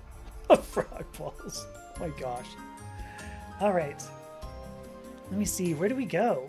I mean, I could go fight those other frog balls, but... All right, well, look. Actually, I guess, sure. We haven't got a choice. Actually, what is this? Can I go here and... Oh, nothing happens. All right, well, anyway. More... Oh, gosh. Snow bats. It's not even snowing. It looks like... Okay, that's fine. Don't ask questions, right? Just... Okay, smooch Allison. We're going to do that. Let's attack a snowbat and see what they get. She also should do some scorching. Yeah, why not? Melody attempts to kiss Allison. Smooch. Stats boosted. Snowbat attacks. Ooh, that was pounded. Ooh, that hit me hard. Okay. Ooh, Allison get... What happened? Oh, dodge. Okay, I don't know. Scorch. Ooh, weakness. Good. Okay, good. I don't really know what all is good, but let's see. Let me just do an attack. I'm going to do an attack on that guy, and then Allison can do, what was the other thing she had? Let's just do a low kick at the frog. And then this one has to do an attack boost on Allison. Yeah, see, this is, now we're going to be, and so now, ooh, Melody's getting hit hard again. Ooh, twice! No! Oh my gosh, was that Allison's one smack? Half of his... Oh dang, we didn't take down the bat. What? Whoa. Okay, I gotta do first aid. Actually, can I go back? Let me do... What was the one that does... Yeah, heals an ally for 20%. Alright, I gotta do attack... attack on the frog balls. And then let me do... Scorch, I'll do on the other snow bat. I'm just making stuff up at this point, but... Dodge. Ooh, oh gosh, don't die. No. Uh-oh, what's gonna happen? No. Wait, are we gonna make it? Scorch. Alright, are we gonna... Oh my gosh, we still have that one. Come on. Take this guy out. There, that's fine. Take them all out. Dodge, okay. Wow, good. They're attacking the person who doesn't eat it. That's great. And now we pounded this person, the frog balls. Oh gosh, we are so... I don't know if we're going to make it here. Do I have something that does all of us, that heals all of us? No. No. Oh. Okay. Shoot, I'd better first aid somebody then. Probably Claire. Attack, yeah, get rid of this. Get rid of the... Sure. I probably didn't mean to do that, but there you go. We're gonna make it. Okay, frog's gone. Whew. Snowbat? We didn't get Snowbat? Uh-oh. My attack boost is gone. Wow, we've never gone that long. Oh my gosh. Alright, skills. What do we got? Skills ors. First aid on Allison, who's gonna use her big, huge dive bomb to hit the Snowbat. And then who cares? Just do anything because I think Allison is gonna save the day. And go... Pow! Got her. Good. Oh my gosh, we really should have gotten like much more XP for that. Okay, so Claire levels up. We're level 6. Cool beans, right? Okay, we get Ether, which is sick. Why not? Wow, we really got... These guys are hitting us hard. So what's this thing? A giant block of ice is in the way. Can you... Oh, look at this. Claire, do you think you can melt this with a scorch? Oh, we'd need a lot of fire to melt a block this big. Why do I... Oh, we do care. Okay. I'm not so sure I want to try that on a wooden bridge. Fair enough. Maybe we'll find some other solution. Alright, well, I mean... We can keep walking this way, I suppose. Can I get out this way? Oh, I can. Amber, how big are these woods? Oh, hey, do you guys want to have a party? I mean, a picnic? Aw, can't do anything. All right, let's go this way. Oh, there's a bunch of monsters. Well, let's get these monsters first. Because these, what do we got? Frog balls. Oh my gosh. Oh, I really should have healed. Why did I not do that? Are we going to make this... Hi, Zoe Lane. Oh my gosh, Zoe Lane's here. Hi, Zoe. Shoot. All right, well, let's see if we make it. What's the worst that happens, right?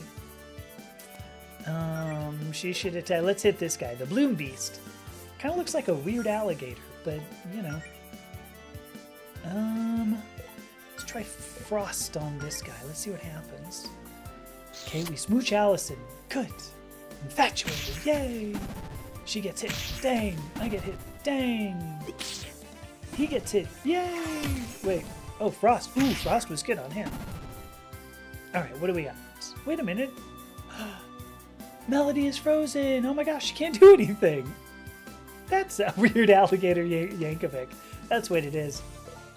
Oh shoot. Well, what am I gonna do? Let's do the low kick to the Bloom Beast. We also need the attack boost on Allison. Is that gonna work? Attack boost, good. Get back. Oh gosh, come on. Don't hurt me. Don't kill me. Good. Gives that guy a boot. Shoot! Do I have an item? Let me do a potion. What's this? Blue rock candy. Oh yeah, I forgot all of these things. Oh, look at this. I didn't know we could use those things. The egg. Oh, it was a joke. All right, let's give it to Melody. I don't even know. All right, skills. Let's do Scorch on one of these guys. Pow! Ooh, my gosh, that was great. Okay. Oh no. Weakness. Good. Oh, good. Melody's not frozen, so we have to give Woodland Healing to Allison, who's going to has nothing, so she just has to attack. Bogus. All right, and now let's also scorch. We'll also scorch that. Oops! What did I do? Did I do scorch? Maybe I should actually be aware of what I'm doing. But okay, well there goes Snowbat. But Allison is hurting.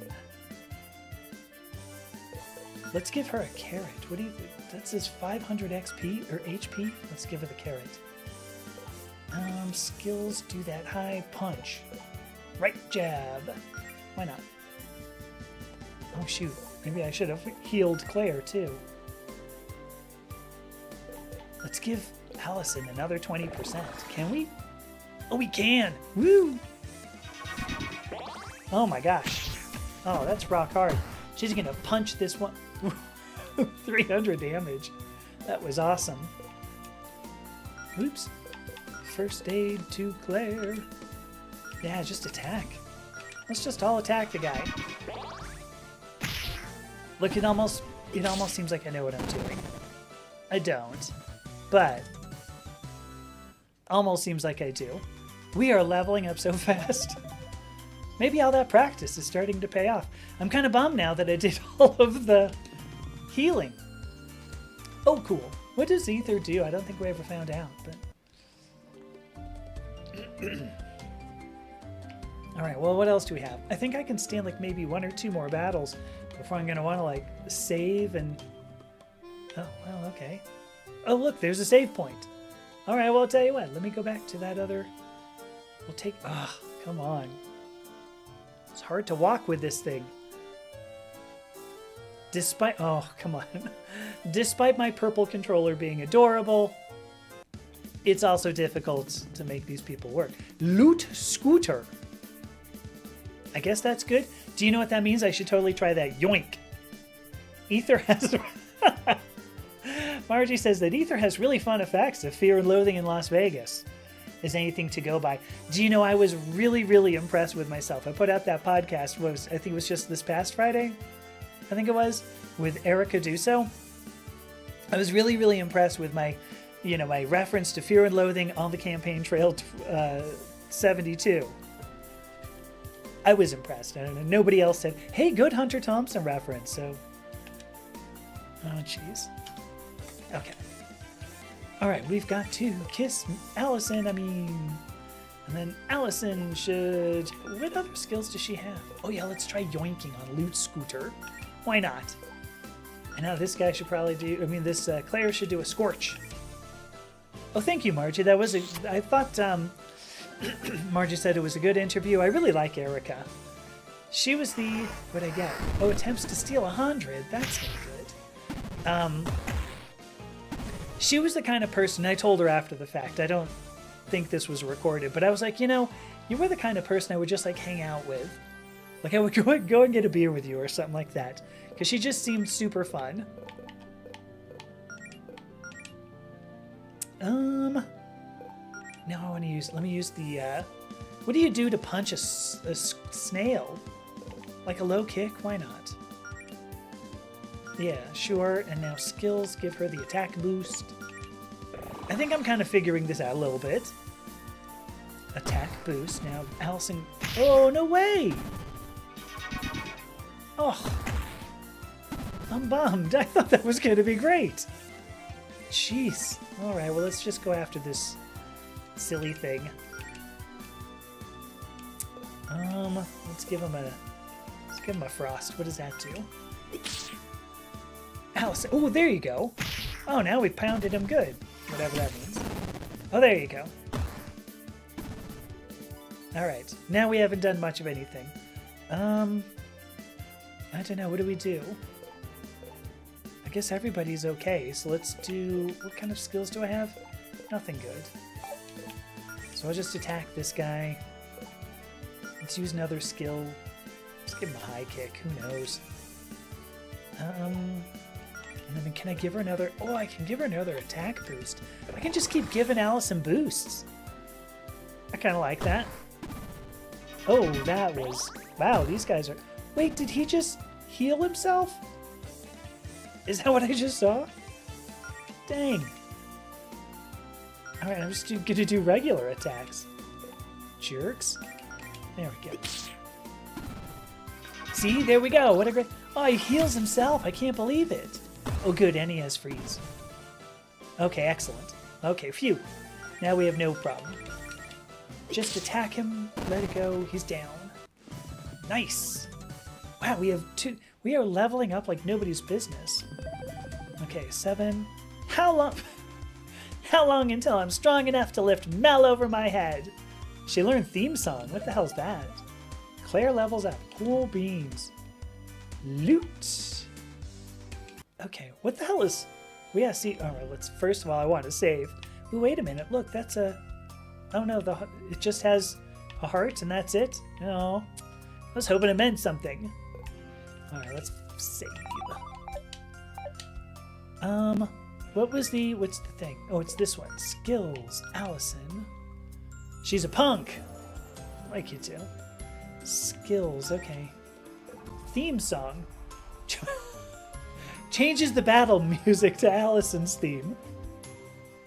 Does that do anything good? Also builds her star power. Yeah, that's fun, you know. Maybe it's a good theme. Is there a place to rest? I really could use a place to rest. I thought the, did I come in this way? I don't even know. Let me go back this way. Like I was doing before, where it was, always take left turns, and I didn't do it. So I go this way. Okay, I can't get out that way. That's good to know. Go this way. Oh, I've got ethers and stuff too, actually. So, oh look, treasure. Found the Inner Beast spellbook. Okay. That's it. Okay, just yet. I don't know. Should we? Let me check the equip then. Okay. Oh look, a spellbook. So that was good. I'm glad that we did that. Let me just do auto equip. Wait a minute. Is she wearing a cardboard box? I don't think I remembered the cardboard box. All right. What about this? Nothing for her. All right. That's fine. We're cool. Go. Oops. Two. Oh, there's 2 monsters here. Oh shoot. Just one loot scooter. Well, I think I'm okay with that. I don't mind, Only one loot scooter. Certainly we can take this guy out, right? Ooh, actually, let me give her an item. Was it ether? Oh, we've got so much ether. Holy cow, I didn't even... It's cherry flavored. Do you see that? Cherry flavored ether. I think Hunter S. Thompson would be so happy. We got the cardboard box from the cardboard dungeon. I should have remembered that. Right. Okay, what else? Oh, Beast! What in the what? Oh my gosh, look at all the pounding she can do. Leaves the enemy hurting for 3 turns. A fire breath. Levels all foes with a burn. It's got no cost whatsoever. Is that for real? I don't know, we'll try it. Allison attacks, good pound. Oh, we're not even gonna get the chance. Oh, here we go. Okay, and now, oh, loot. Wait a minute. Did she go? I don't know. For some reason, that didn't seem like it worked. Anyway, we won. Just run with that We're all level 7 or level 8. Okay. Alright, well, we got him. There's another one. Oh my gosh, this one's going to be a hard fight. Alright, let's see what happens. Skills. Kiss Allison like you do. Wait. What does she have? Let's see what theme song does. I forget what I was going to do. Sure, we'll do Frost on the Lute Scooter. Allison plays some tunes. I don't have the headset on. Is it better song? A better song? Snowbat used Frostbite. You jerk. Okay. Oh, good. He got freeze. All right. So now let's see. Let's look at the beast again. I don't know. Let me try. Is it more metal? Okay. Let's try this one. Let's see what this one does. Yeah, so sure. Let's do. I don't even know. No, let's hit this guy. What other skill? Oh yeah, attack boost. Totally. Cool. And now Allison's attack power goes. Now she got hit by something. But she punches the... Oh. Really? Oh my gosh. Who had poison? Was that Sabretooth Chomp? I don't even know. Alright, let's keep... what was the one?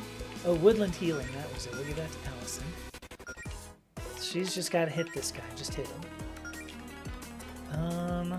Oh, I can't do attack boost. I thought I could. Alright, we'll keep hitting this guy. Just hit him out. Knock him out. And then even player tape hits. Oh, good! Bye! Okay. Bloom Beast uses medicinal flowers for no good reason. Good on you. That was the way to do it. It wasn't. You poor thing. Alright. Fire. What do you got? Let's try a right jab. I think these things just in general don't kind of work, but we'll keep on cranking up Allison. Alright, what's going to happen? The bat attacks. Oh wow, the fire breath worked great! Oh, that bloom bat, or that bloom thing, whatever. You're bugging me. I don't know what to do.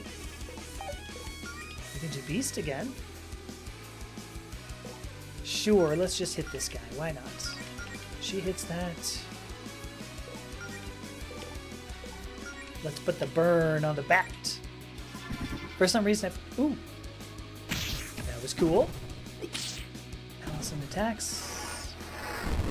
There are a bunch of things that I have no idea what I'm doing anymore. Alright, I'm gonna need to heal what's-her-face. I really feel kind of out of my depths in this. I'm just kind of hitting buttons at this point.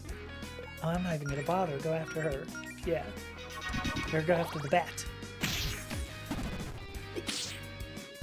Alright, did somebody... Oh, Snowbat's defeated. Yeah, hey, we made it through. Look at this. So, just being able... Oh my gosh. Ooh, a hot fudge sundae. An antidote. That sounds good. Can't have too many of those. Nope, probably not. Alright, so it looks like we can actually... Wait, because this goes down, right? Oh, well look, I can save again. I mean, as long as we're here, right? So I can still go upward, it looked like. Yeah? Yeah. Amber, you have a big, huge woods... Oh, boy. Okay.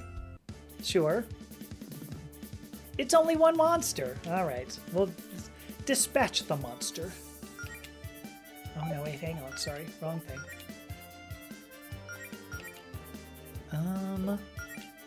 I don't remember what worked. Yeah, we're totally trapped in this now. Okay, so Allison... Oh, gosh. Oh, we're doing great. Never mind. I'm okay without the loot scooter dying or whatever. I still haven't tried the Berserker Barrage. Ooh, I've got to try this. Okay, hang on.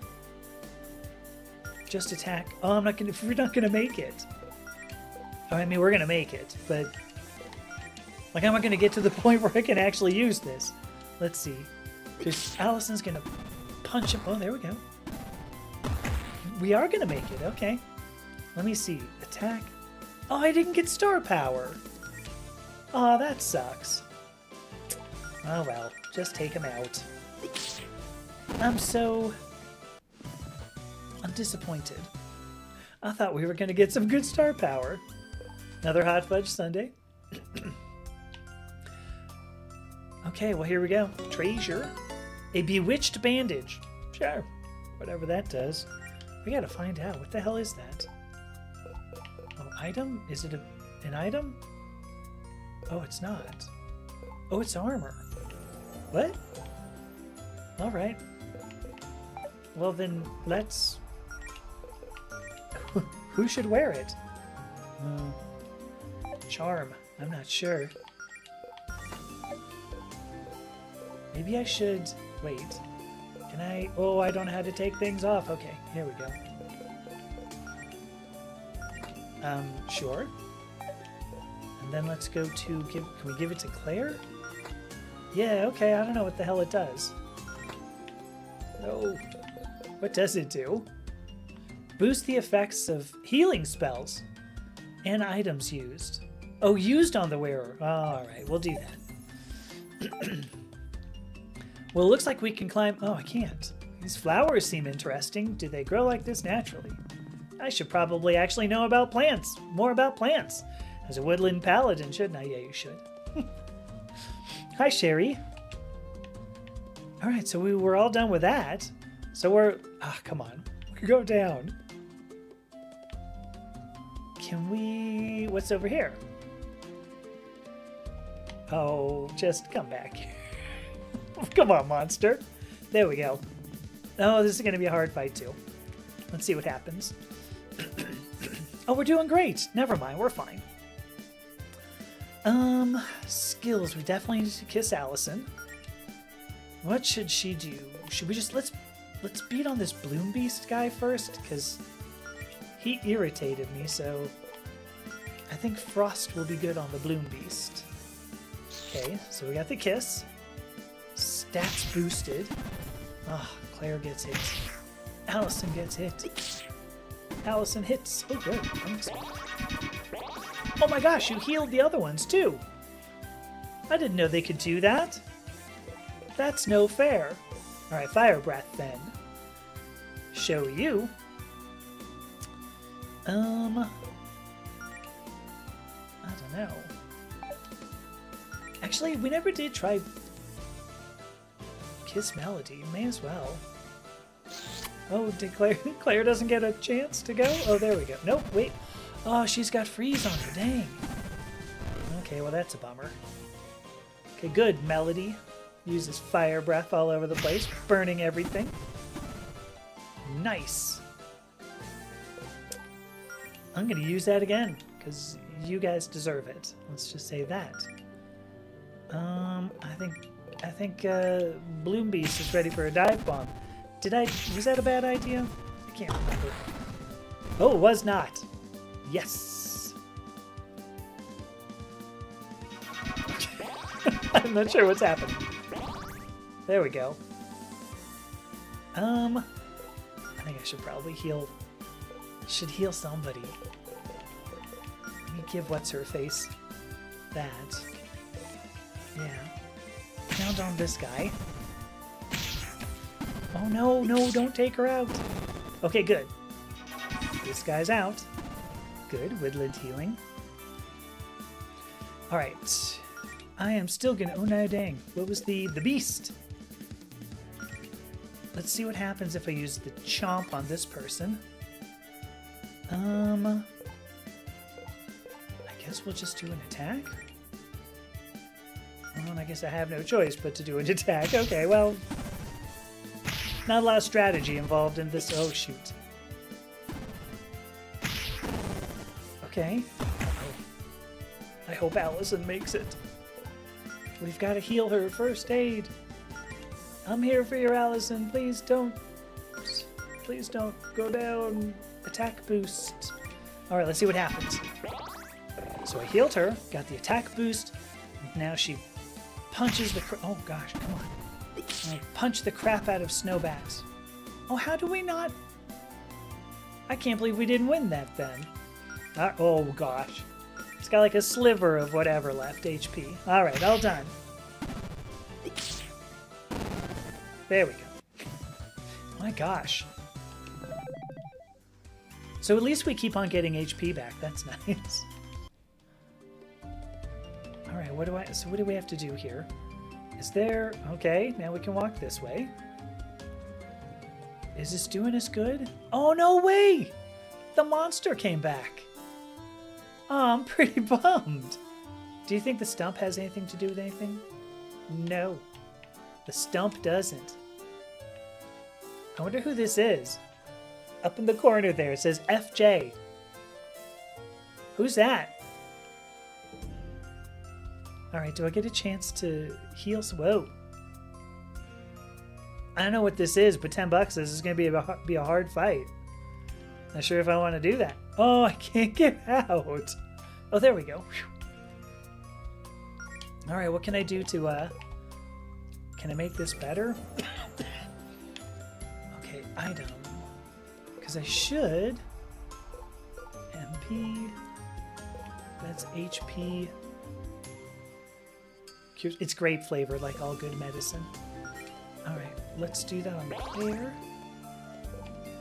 And melt. Well, I may as well just crank everybody up. And then... Potion. We got a bunch of those. Just do that. Sure. How come that ether didn't work on what's-her-face? When has Allison used MP? I don't even know. Alright, good. Wait, I didn't get a chance to save? Alright, here we go. Let's see. What is this thing? Oh, wow. It's the Sun Shrine. That's what it is. Thank you. The one dedicated to Soleil. Like Soleil Moon Frye, right? Punky Brewster. This is a shrine dedicated to Punky Brewster, which, by the way, I just loved Punky Brewster. I'm just going to come out and say that. Soleil, as in the sun goddess? No, it was in Punky Brewster. Yep. This is one of the more noteworthy landmarks of the park, actually. Mel, why don't you try praying to Soleil here? Lots of healers are big fans of hers. Maybe she'll give you something. Well, Melody's not really the religious type of paladin. True, but might still be worth a shot, right? I don't know how good of a shrine this is. It doesn't even have a statue of Soleil. It does. It's a big-ass sun. What? I guess I can appreciate a good orb, though. I mean, hey, what if this orb is closer to Soleil's true form? Gods are weird. The way she appears on TV and stuff could be just for show. Yeah, maybe it's not the best idea to call the gods weird when we're trying to get help from one. Oh, sorry. Let the sun shrine in, pray there with a grin. Margie's having a Flintstones moment. I'm going to tell you, I certainly don't remember that Flintstones moment, but... Sorry. Oh, sorry. So, how do I do this? Do I just start talking? Try touching the orb. Okay. Oh, great Soleil, goddess of the sun and the giver of life? Do people call her that? Throw in something about how cool you think it is that she made the sun. She'll be able to tell if you're trying too hard to suck up. Please, hear our plea. Please lend us but a small fraction of your sun-related powers to continue in our journey. We will be forever in your debt. Amen?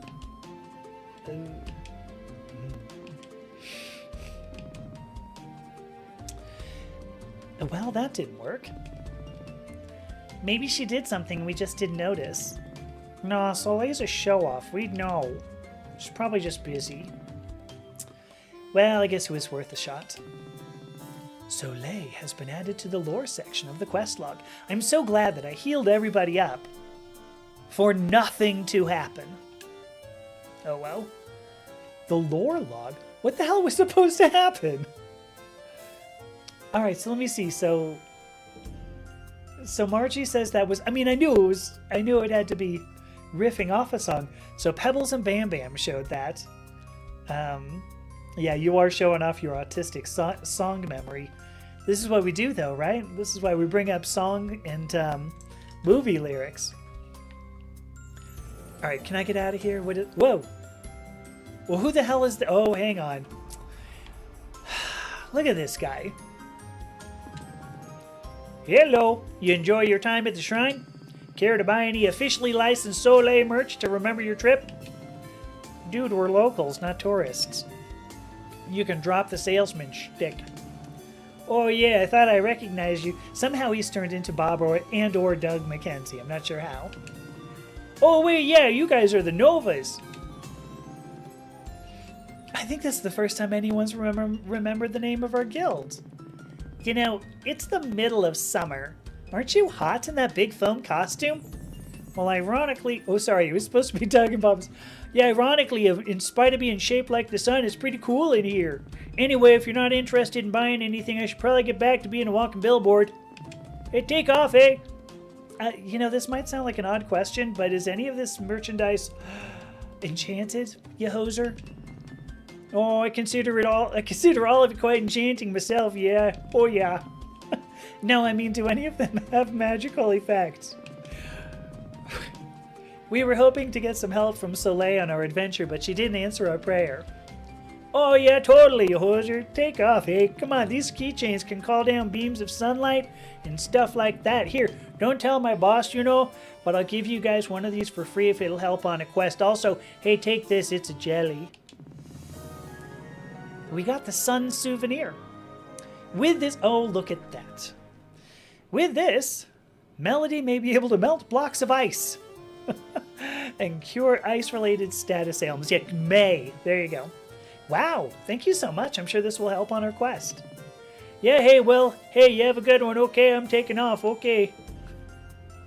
No, he's not. We still here. So, hey, glad I could be of assistance, yeah. Okay, well, there, okay, well, hey, have a...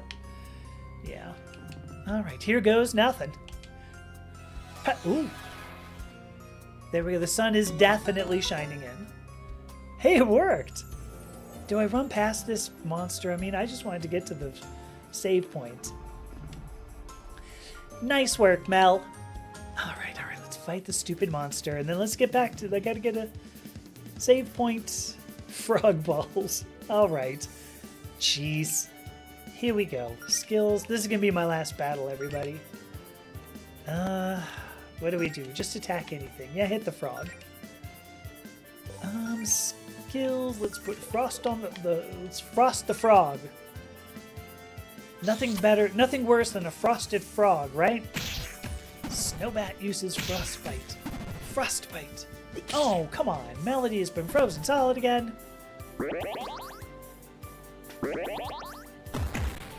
I hate these frogs. Good. Casts Frost. Alright. Just hit this stupid frog and do the attack boost on Allison. I tell ya, hit the frog. Oh boy. There we go. But... Miss? She missed the frog? Ugh. Take the frog out! Okay, there we go. Frog ball has been defeated. Alright, here we go. She's got frostbite. Oh, good. Frostbite's gone. Alright, so first thing we have to do... Ooh, wait. Sun souvenir. What does this thing do? Oh, well, there you go. It's not that important. Not right now. Let's give Claire a heal. What the other thing was I going to do? Let's dive bomb one of these bats. And then, well, may as well go ahead and give her another attack boost. Why not? Allison's attack grows. She gets healed. Melody gets pounded on. Oy. Yes! There we go. Dive bomb worked. Alright, let's do the beast. Saber-tooth chomp. Yeah, I don't care. Eh, sure. It's only one guy, right? Oh, she's now got frostbite. Gosh. Damn. I can't believe that just happened. Alright, skills, sun souvenirs, fix Allison. Fire this guy, scorch this guy. Oy. Are we gonna win this? There you go. Allison is fixed. And now let's all just attack this guy. Just hit him once. Why are we missing? Oh my gosh. Alright. How long until I'm... So we're like level 9 here. Ether. Okay, can we get to... Where was the... Wasn't there a place with where I could save? Was it up here? Oh gosh. I'm lost. Wait, where is it? Oh, nice. I just got... Oh, hey, hang on. Was it this way? No. Oh, yes. Okay, so I think we've only been left. Oh my gosh. There is so much more. There is so much more to this stupid... Wait a minute. Was there something over here? What was over here? Oh yeah, it was the creepy cave. Alright, well, so next time we'll go to the north. How are we doing? How is everybody? Oof. We may have to use... skills. Do first aid. On Melody. Nope. Melody. There we go. Alright. And now let me save and then we'll be done. Save. We're like 4 hours into this. How did that happen? I gotta tell you, I'm sort of surprised. Okay. There you go. Played some game. Talked about laws and statistics and, you know, how much fun could that be? Not always that much. All right, I am going to shut down for tonight. I will be here on Sunday. We'll do another live stream. I'm going to do something fun because I've now done 2 sort of math things in a row. So I'll do something fun on Sunday. And yeah, well, maybe we'll play some more of the game. There will be a Transgender Joy either Friday or Saturday. Depends on whether or not I get a podcast edited tomorrow. And that's about it. So I will see you on Sunday. And that is everything. Thank you so much, everybody. Have a good night. Bye.